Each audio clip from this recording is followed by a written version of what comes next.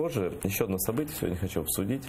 Сегодня кровавая рука режима диктатуры Порошенко дотянулась до одного из столпов, так сказать, свободы, до Медведчука. Что мы читаем? Читаем мы следующую новость сегодня днем. Генпрокуратура открыла уголовное производство о возможной государственной измене и сепаратизме Виктора Медведчука. Об этом сообщила в Facebook пресс-секретарь Лариса Сарган. Дело возбуждено по обращению народного депутата от Народного фронта Тити Рука. По словам Сарган, поводом для этого стало недавнее заявление Медведчука о необходимости образования так называемого автономного региона Донбасс собственным парламентом, правительством и также закрепление такого особого его статуса в Конституции Украины. Значит, именно что сейчас сказал Медведчук на этом съезде пророссийской партии «Оппозиционная платформа за жизнь». Мы сейчас посмотрим, прокомментируем. Согласно плану концепции, который предусматривает создание на Донбассе автономного региона Донбасс в составе Украины, который предполагает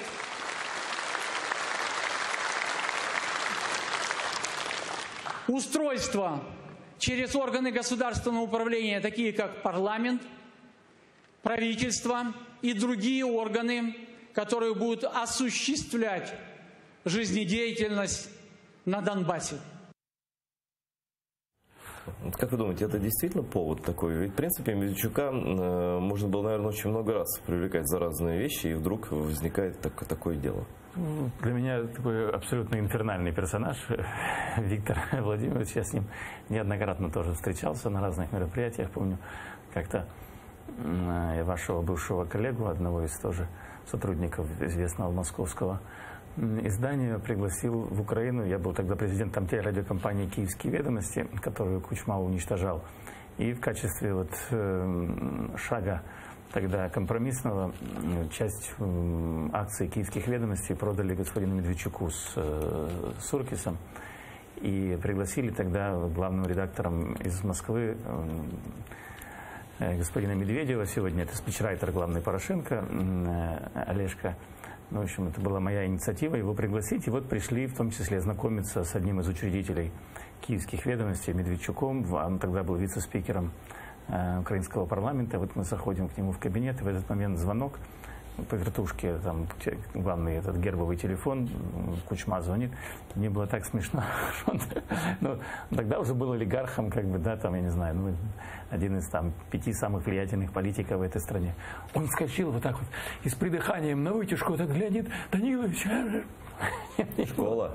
Было настолько дико на это все смотреть. Ну, для меня, я говорю, это такой, к сожалению, хоть и персонаж зловещий, инфернальный, да, но тем не менее это, возможно, один из каналов как бы неформального общения был с Путиным.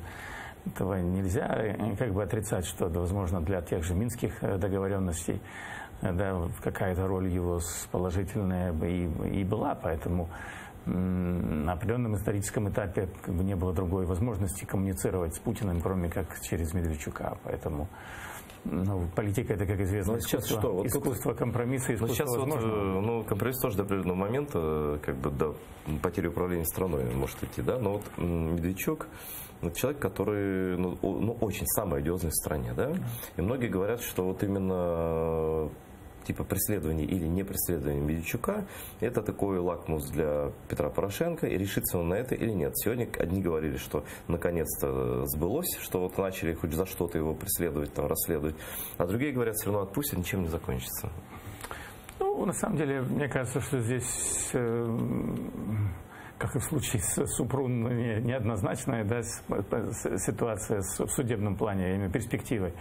Скорее всего, что не будет иметь реальных как бы юридических последствий. Это скорее больше тоже такой пиар-ход, как мне представляется. Но это же показывает слабость системы правоохранительной. Тогда. Ну, смотрите, ну, человек призывает к тому, чтобы какой-то из регионов этой страны обрел федеральный статус. Это, в принципе, конечно, сегодня в условиях войны это вызов, да, обществу, да, поэтому эту партию, я вот недавно сделали такой демотиватор, да, как называется, оппозиционный блок за жизнь на коленях, знаете, вот добавили. Но, к сожалению, такая вот постановка вопроса, она сама по себе, может быть, не является достаточным основанием для уголовного преследования, как мне кажется. То есть Смотрите, вот когда президент там, или глава Меджлиса Чубаров ведут речь о переформатировании АРК в Крымско-Татарскую автономию в составе Украины, там речь ни о какой федерализации не идет. Там, видите, там совсем другая история. Мне кажется, он играет как раз... Ну, то есть мы понимаем, что имеет в виду Чубаров, когда говорит про Крымско-Татарскую автономию, и мы понимаем, что имеет в виду Медведчук под этим. Но это не подсудно, на ваш взгляд. Ну, я не думаю, что есть реальные перспективы уголовного преследования. То есть это может быть действительно резонансным таким кейсом, да, резонансным делом для того, чтобы лишний раз акцентировать на этом внимание, да, привлечь внимание общественности, потому что это тоже как бы один из самых как бы острых вопросов повестки дня, и накануне выборов понятно, что нужно заострять внимание общества именно на самых актуальных, не на там гражданстве супруга, а вот именно на таких аспектах, которые представляют собой действительно угрозу для существования этой страны. Поэтому здесь в какой-то степени это тоже, возможно, как бы предвыборный такой пиар-ход, который позволит набрать вот тоже там Народному фронту несколько предвыборных очков. Но я сомневаюсь в каких-то реальных перспективах юридических подобного. Одна из